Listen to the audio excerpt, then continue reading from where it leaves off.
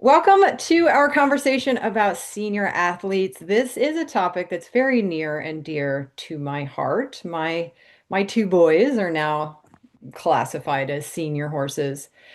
And joining me today is my colleague Lynn Acton. I know you've raised and shepherded plenty of horses into their late senior years, Lynn. So welcome. Hello. What we're going to talk about today is primarily how and when and to exercise these horses and what's appropriate and what's not.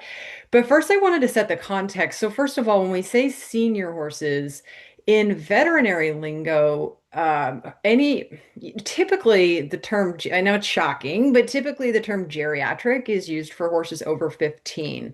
I don't know about you, but I sort of consider horses just hitting their prime at 15. I But agree. many of the metabolic and hormonal changes that horses experience do start around that time. So most vets use that as a marker. I think many of us tend to use 20 years and over. The good and bad news is that in North America, anyway, that's all I can speak for. These older horses are, they're living longer and they're being ridden and driven and enjoyed longer and later than they have historically. There's a figure that 20 to 30% of the equine population in the US is technically a senior horse. And just from my own training, I would validate that. I would say that the people who contact me for fitness plans and fitness type training, I would say about 25 to 30% of them are senior horses, and that's very cool. And the information I think that's changed from the time I was a youngin' and we had older horses is the recognition that these horses, in order to age well, they do need to stay in a structured training program of some kind. We used to think maybe it was the kindest thing to do to just quote, put them out to pasture. Now, certainly if they've gone lame and can't come back into soundness, that is a consideration, full retirement.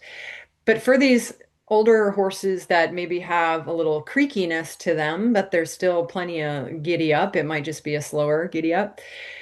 All the studies are showing that, like humans, exercise really helps them age. So we're going to cover what is, how to tackle that, and then Lynn will give some broad strokes on their general care. So we can move on to the first slide there, Lynn.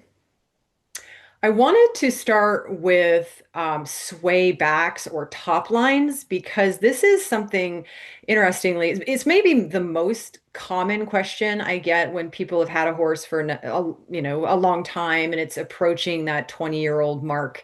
They start to get a little panicky, like, oh my gosh, is my horse going to get a sway back? Or what are the things I should be doing to avoid losing the top line, losing muscling? Again, similar to humans, the challenge when evaluating the physical condition of older horses is to separate the effects of inactivity from a decreased work capacity related to aging. So the question is always, does the horse become old because we stop training or riding it as much? It's hard to parse that out from horses that are maintained in a consistent, pretty consistent training exercise program, the natural effects of aging in that context. So I know around me, sometimes we think the kindest thing is as the horse sprouts a few gray hairs in his forehead, maybe the body composition changes a little bit, we start to think, well, therefore I should probably start doing less with the horse. And I always say, if you treat them like old horses, they become old horses. So let's talk about the top line quickly, and then we'll move on to some more specifics. But a swayback or equine lordosis, as it's known, definitely does not, it's not inevitable. Okay. In fact, if a horse around those late teen years, 15, 16, 17, and 18, if they have been to that point in a consistent exercise program, hopefully the riding has been, balanced. The horse has been using its body in a balanced way, not traveling around with its head high up in the air and inverted. So it has a decent top line. Typically those horses, if they maintain, 3+ days of activity a week moving forward, they do not lose the top line. I will say there are some breeds that carry a genetic marker for equine lordosis, and I think any of us who have been in the industry a long time, saddlebreds in particular, some strains of Arabians. I know I have rarely, but I have seen horses that are young, 8, 9, 10 years old that have this lordosis. Obviously, in those cases, it's not caused by aging. It's in the genes. But like I say, that's isolated to certain breeds and bloodlines. Now, the interesting thing about swaybacks, they're not fun to look at. I think most of us look at that and go, "Oh gosh, that body is sort of fallen apart a little bit." Interestingly, there's almost never pain related with swaybacks, and swayback itself does not cause lameness issues. The big challenge is saddle fit. Like these horses, if they're in a riding program, as you can imagine, the saddle needs to be checked like very, very frequently and adjusted very frequently because that's the biggest source of pain is the saddle fit. But it is recommended. There's some great veterinary studies you can just Google and find on equine lordosis. It is recommended to continue exercising these horses again because there's not pain associated with this condition. So I just wanted to get that out of the way that no, it's not inevitable. It really depends what shape the horse is in his late teens and then carrying that forward. A swayback is not reversible. Sometimes it can give the appearance of filling in a little bit if a horse develops, if it was really underweight and out of work when somebody gets that horse and starts to exercise it, it can develop a little bit of muscle along the spine, but you're not going to change the shape of the spine interestingly. So it's not reversible, but it certainly is preventable. Let's move on to the next slide, and then some of the things that really do happen with aging. And I did want to make a note here quickly. So this horse, it's the Icelandic horse in the foreground with its little butt facing us. That little Icelandic is at my barn. Now, this photo was taken several years ago, but she has taken this owner has taken my advice to heart. I said, "You treat him like an old horse, he'll become an old horse." He's now 34, and Wow. his little owner is in her 80s, and they still go out and trail ride 3 days a week. Now, it's all at a walk, and it's mostly flat, but I just love that because they're still enjoying horse time together, and they still have a great bond. So it's pretty cool. 34 years young. So the things that actually happen, and this isn't like to be the Grim Reaper. A lot of these things, same with humans, they can be mitigated to some extent with training and lifestyle. But left on its own, the horse's body, a senior horse, its maximal heart rate declines. So the high end range that it's able to reach with its heart, most horses, again, it breeds on, depends on the breed, but for most horses, the maximal heart rate's about 220 beats a minute. Those are like race horses going full tilt. Most domestic horses don't get up to that rate. In a senior horse, the maximum heart rate, they think, again, breed dependent, it's about 180 beats a minute, but that's still super high. So even though there's a decline in the maximal heart rate, still 180 beats a minute is a pretty strong gallop. So for most horses, this is not a huge factor. Okay, maybe in a high level eventing horse might need to shift gears a little bit. There's a decline in immune function and an increase in inflammation. Sometimes this condition is called inflammaging. So as the horse ages, there's more inflammation. And this, as some of us know who have grappled with osteoarthritis, can contribute to osteoarthritis. It can also impair muscle growth. There's some belief that this heightened inflammatory state in the body can interrupt some of the cytokines and muscle proteins that we would need for muscle growth. So that might be attributed to, it might be the reason some senior horses, start to appear that they just can't put muscle on. Maybe the most important things are two things that happen.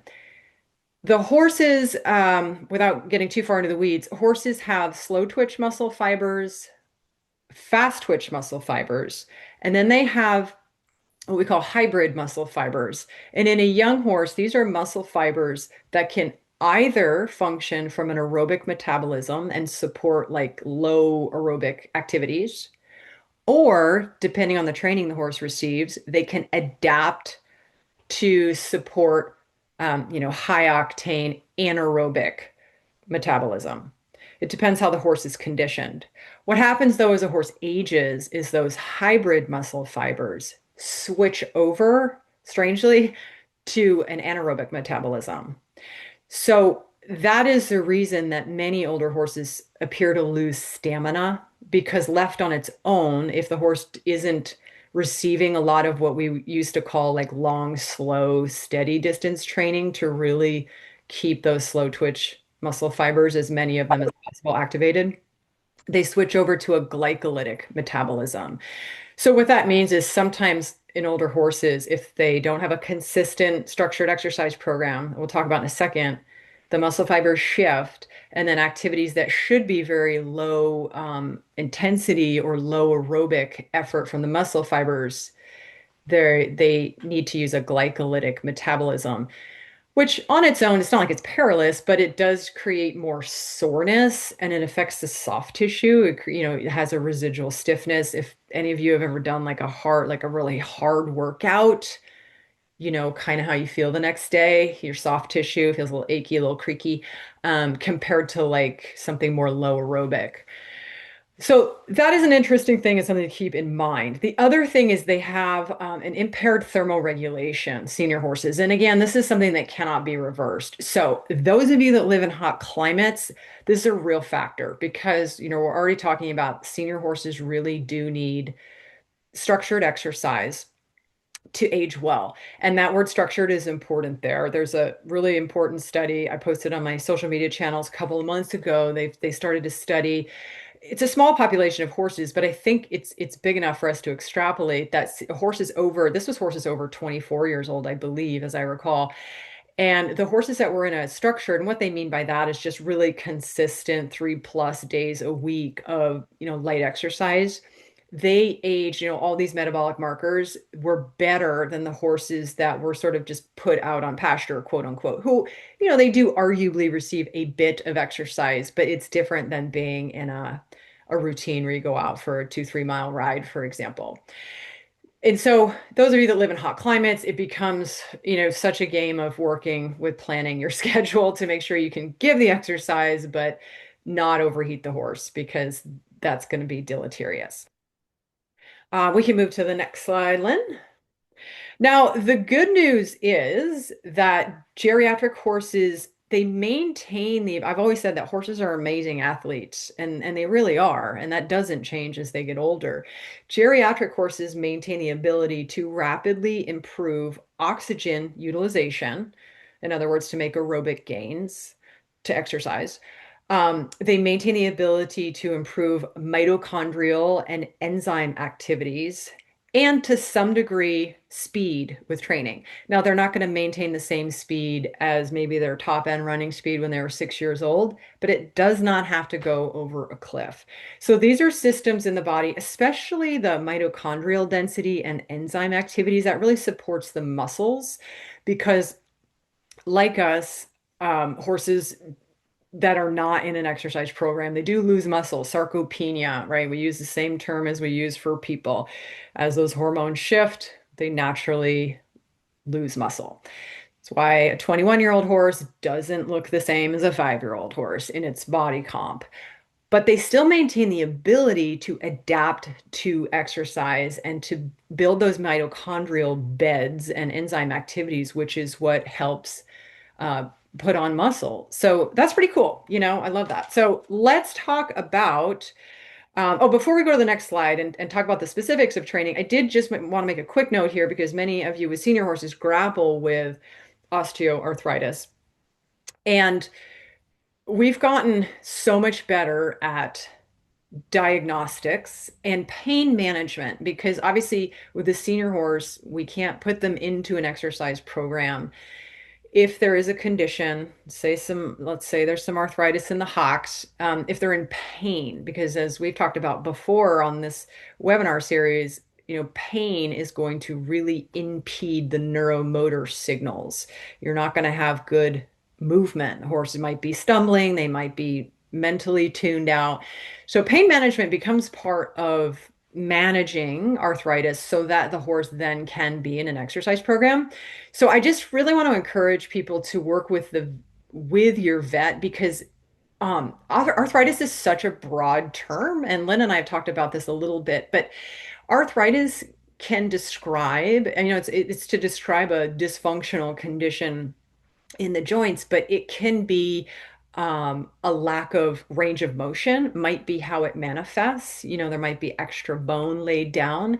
It might be an inflammation in the joint capsule itself. And they're different conditions. So, really figuring out for your horse when you say it has arthritis is like, how is it presenting? How do we manage the pain? And then, given that, really push your vet to say, kind of what is appropriate and what isn't appropriate because exercise really helps. It helps keep those inflammation cycles down. And as we referenced earlier, as the horse is, riddled with inflammation as it ages, that impedes muscle growth and it also brings the immune system down. And it's just a whole cascade of effects. So now we'll move on to the next slide and we'll talk about generally speaking, how do we want to go about exercising these horses? And so for senior horses, I already mentioned because of that shift in muscle fibers, you may not have the same staying power within any given session. The stamina might be a bit different. However, it doesn't mean they need to work less frequently. You might shorten your sessions up, but they really need. I always, I forget his name, so I apologize, but I was listening to a wonderful podcast last year, a sports veterinarian, and he said, if anything, senior horses need to work more than younger horses. And he didn't mean like harder or longer. He just meant you can't be as sporadic about it in the frequency, even if they're short, maybe 10 minutes one day 20, 30 minutes the next, but that frequency of sessions really matters to keep the tissues gliding and to mitigate these hormonal changes and the shifts in the enzymes. So I was out riding with my friend today. We were trail riding, and her horse is 22 years old now, I think, and she does competitive trail riding. And she was asking me, well, I still have this dream of being able to do a couple events next year, and is that appropriate? And she has an Arabian mare, so I think they kind of age more gracefully maybe than some breeds. And so I said this to her. I said the mare can certainly do one of these events, but it's how you condition her that's going to matter. So you can't skip any frequency, but you don't need to go out and do the 3+ hour conditioning rides, right? You're going to do 1 to 2 hour conditioning rides, and you're going to hold that free pass card if it's a hot day on the event of the ride. You're not going to do the ride because again, there's thermoregulation issues. But taking those into account, there should be no reason to assume that the horse is no longer suitable for that particular event.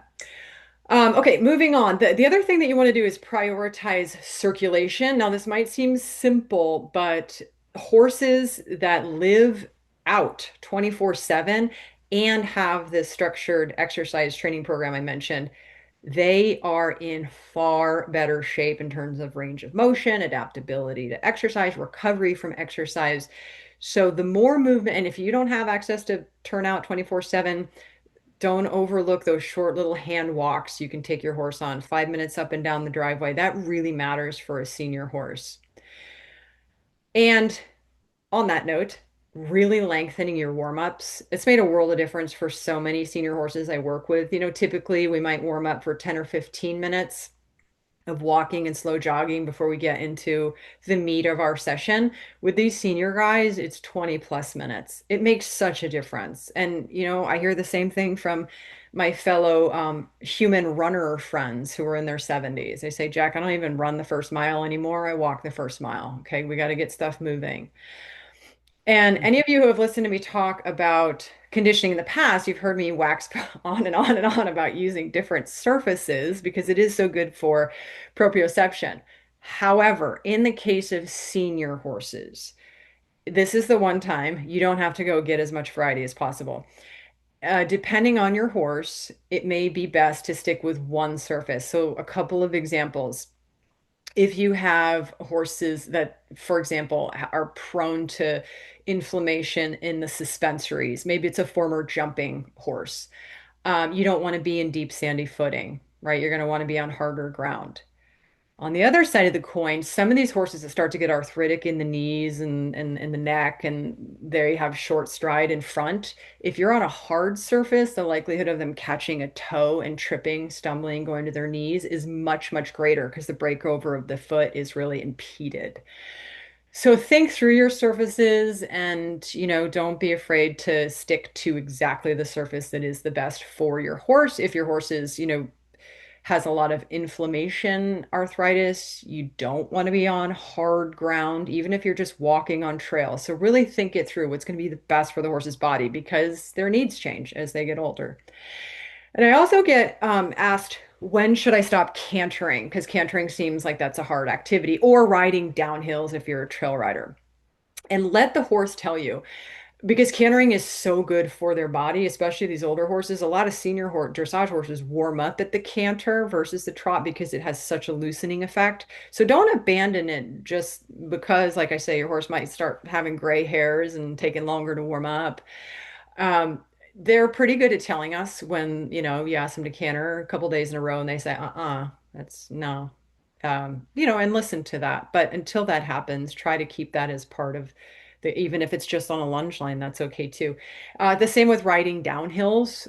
Downhill riding is good for horses for joint range of motion until they really tell you they won't stay straight. They're shifting their hips around or developing anxiety about it, tossing their head around. Then it might be time to seek out flatter trails. You definitely want to preserve strength. So if strength training isn't part of your routine, you want to make sure you're backing your horse up on a very regular basis, 20 plus steps a day. You want to walk over those ground pulls that I'm always talking about. You want to, do your tail pulls and your pelvic tucks, all the activities that strengthen their postural muscles. Because again, with sarcopenia, they're going to start to lose muscle as they age. And then in terms of how to, maybe, you're trying to condition your older horse, because maybe like my friend, you do have an event on the calendar. Keeping in mind that that maximal heart rate declines a bit. When you do, I'm putting this in air quotes, but when you do harder efforts, they're going to be compared to a younger horse, they're going to be easier, right? So you would do intervals, like let's say a canter interval aiming for a heart rate of about 150 beats a minute, which would be kind of on the lower end of a sport horse in peak training. So I call these like moderate intervals, right? It'd be equivalent to like a human mostly power walking and maybe throwing in some jog steps. That would be the harder effort. So kind of mirroring that idea. And then as I wrap up, I think I'll just make a note that with these senior horses, as you look at your training program and maybe talk with your team around you, it's monitoring recovery that matters, not the workload. So a lot of students start saying, well, I still maybe want to do low jumps with my horse. Is that too much? I want to do a 6 mile trail ride. Is that too much? Try not to think about the workload. Look at the recovery. So the horse should bounce back like the following day and subsequent days. The soundness, the enthusiasm, and its heart rate, if you're in the habit of taking that, should remain stable across all the sessions, right? So they shouldn't seem like really wiped out and depleted 2 days after your 6 mile ride. That's what you're monitoring is the recovery markers rather than overanalyzing what you're going to actually do in the work session. And so I will leave you with that and hand the proverbial reins to Lynn, who will talk about some general care. Yep. I wanted Jack to make sure she gave all the details she wanted to, because what Jack has had to say isn't anything I've found in any articles about senior horses or their care. So I've just sort of put together a list of a composite of thoughts that I've gotten from different articles on senior horse care. And and this is very high level with just reminders that different horses have different needs, and they still need mental stimulation, even if they are not able to move in the same way that they used to. So sometimes different activities are helpful for them. My Brandy does very well with horse agility. That can be very low stress, and with introducing new people to horsemanship skills. As Jack said, top lines change. Check your saddle fit regularly. Friends, forage, and freedom. You know, we don't all have a nice pasture like this, but if you don't, then make the most of what you've got. And as Jack said, hand walk, because that's also really good connection time with your horse. The suitable companions can change. You know, the friends part is real important, but sometimes an older horse does not do as well in a large group.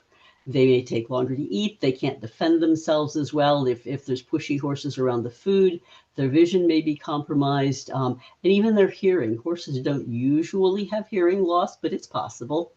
And that's our Sapphire at 34. Brandy at 9 was a wonderfully undemanding companion, just right for Sapphire. Seniors are at higher risk for many conditions. I'm not going to read the list because pretty much anything that can happen to them when they're younger is more likely to happen to them when they're older, plus other things. But my thought is, don't just chalk something up to old age and let it go. A lot of these things are treatable or at least mitigatable, and we want to make sure we keep tabs on what's happening, and not just let something slide. Just say, oh, well, he's getting older, so we just have to put up with this. But instead, when something goes wrong, I'm talking to my vet, and doing a regular hands-on inspection of your horse can be a great thing. You move your hands over their whole body, you get to know what their normal is. And one day you go to feel and go, oh, wait a minute, there's a little swelling here where I didn't feel one before. Let's address this before it gets to be a big problem or before the horse is lame. When you know your horse is normal, you'll spot those red flags and go, oops, that doesn't feel right. Or your horse will say, ouch. And it helps if you know how to assess your horse's condition. Learn to do a TPR. What I'm doing here is I've got a stethoscope. I've never got the hang of getting that jugular artery to get the pulse, although many vets have shown me. And if you have trouble with that, stethoscopes are cheap. And learn what to look for in your horse's gums, and feeling their hoof temperature, looking for digital pulses are really important, especially if you have horses that are prone to laminitis or have metabolic issues. If you can put this information together when you're unsure, call the vet with this detailed report. That's very often saved me having a vet come out because she was able to advise me over the phone. And I think it also, when Bronze had anaplasmosis, and I said, oh, yeah, his temp's not that high. Maybe I could wait till morning. And then I got his pulse and it was 60. Called my vet and she said, I'll be right there. Check their weight regularly. A lot of people, I think, do it seasonally. I find that if we check their weight regularly with the weight tape, or even just take a piece of string and stick a knot in it, you'll notice changes possibly before you see them.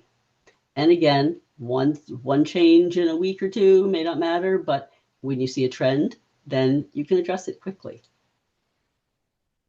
And consider testing your hay.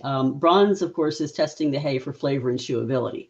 That's what your horse is going to care about. What we care about is that horses are less able to compensate for deficits in their forage. They may need more protein, any selenium deficiency, if that's the case in your area that's regional. In my area, we're deficient in selenium, magnesium, and copper, and zinc. Those are pretty much a given. We need to supplement those. And younger horses will get away with not having the supplements. An older horse might need them. And hay loses crucial vitamins by the time you're going through the middle of the year, particularly vitamin E and A. Shiloh actually had a vitamin E deficiency February a couple of years ago. Her hind end got weak. The vet diagnosed vitamin E deficiency. We increased her vitamin E and she was fine.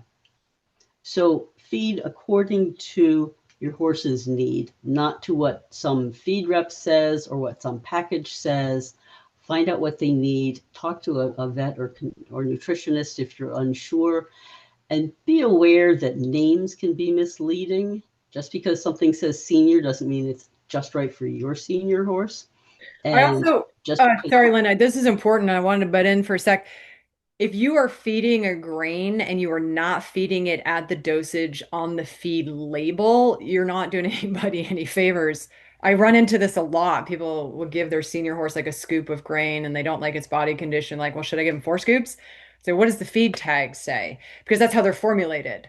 So, if you yes. buy it for, I saw that this happened recently. A woman bought a bag of grain to get the amount of nutrients it promised. You had to feed 10 pounds of it per for her Mm-hmm. 800 Mm-hmm. pound Arabian or whatever, 10 pounds of grain. And if she gave her horse that much grain, holy smokes, that's terrible. It's so much sugar. So she got Yes. a ration balancer where you can feed at the dosage of 1 pound and get everything. But it's important. If don't make up your own rules when you buy a grain, you don't consult your vet. You've got to feed it at the level it's supposed to be fed. Right. And supplement with a vitamin mineral supplement or ration balancer as needed. I know this is should be obvious, but let's make your water appealing. In the wintertime, when it gets real cold, we make the horses a hot toddy. I'll put the recipe in the blog. They love it. So if you're worried about dehydration, make sure that you're keeping tabs on their water consumption. Review with your vet your vaccination and worming schedules. They may change. Fecal testing, you might be able to avoid overworming. And vaccination needs might change depending on what your horse is doing and what his immune system is doing. Regular hoof care is so important. Special shoeing really helps with some horses' conditions. Don't say, oh, now he's retired, I'm going to pull his shoes, because he's still carrying his own weight. And if he needed shoes for some orthopedic problem, like our Shiloh on the left there, needs special shoes on her hind feet because otherwise her base, narrow, tiny little quarter horse feet and giant quarter horse butt make her hooves crumble. Regular dental care. My vet doesn't like to do dental care without sedation, but dentists, certified equine dentists often do. So if you're worried about having sedation for your senior horse, that's a good option to consider. That's Sapphire sunglasses. The sun started bothering her eyes when it blazed off the snow, and the vet suggested we put a fly mask on, and she was much more comfortable. Watch for your signs of metabolic problems. The Equine Cushing's and Insulin Resistance Group has honest, unbiased information. It's a nonprofit group. Nobody's making money off of the advice that they give you. So that's a safer place to start than a lot of the places that want to sell you their magic product that's supposed to make your horse be able to eat whatever you want to let him eat. And often horses need to be clipped. Bronze got a ferocious winter coat as his Cushing's advanced. And so this chaser clip kept him more comfortable. And then the thermoregulation is a problem. As Jack said before, it's also a problem in colder weather. At age 9, Shiloh was happy to stand outside with a snow blanket. At 29, Bronze wanted a heavy blanket with a fleece underneath and his neck cover. And don't dismiss anything as old age. Sapphire's weight loss there was apparently caused by a loose tooth, not her age. And don't hesitate to get a second opinion. Nobody can be good at everything. And you may ask your vet a question that's just not in his or her area of expertise. When Sapphire was 20, the vet who saw her dismissed it as, well, she's 20, she's probably got arthritis, give her Bute and ride her. I was not comfortable with that. We got another vet who found that she had pedal osteitis, recommended special shoes. Farrier put them on, and here she is at 34, still trotting sound 14 years later on her special shoes. Mind you, she'd been retired from riding for 7 years, but we still kept those shoes on her for her comfort. So these are some plans for success. Don't retire prematurely, like Jack said. Keep them moving, address issues, work with your vet, and take that special time to enjoy with them. These are my seniors. Like you, Jack, I've had seniors, and I consider it a privilege to have them around long enough to be able to take care of them. And the references and additional information will be in this blog on my website. Thank you so much, Lynn. It was a great topic and bless all our senior horses. And if anybody has questions, drop them in the comments below. And Lynn and I do check in and we'll do our best to answer your questions about senior horses. Take care till next time. Bye.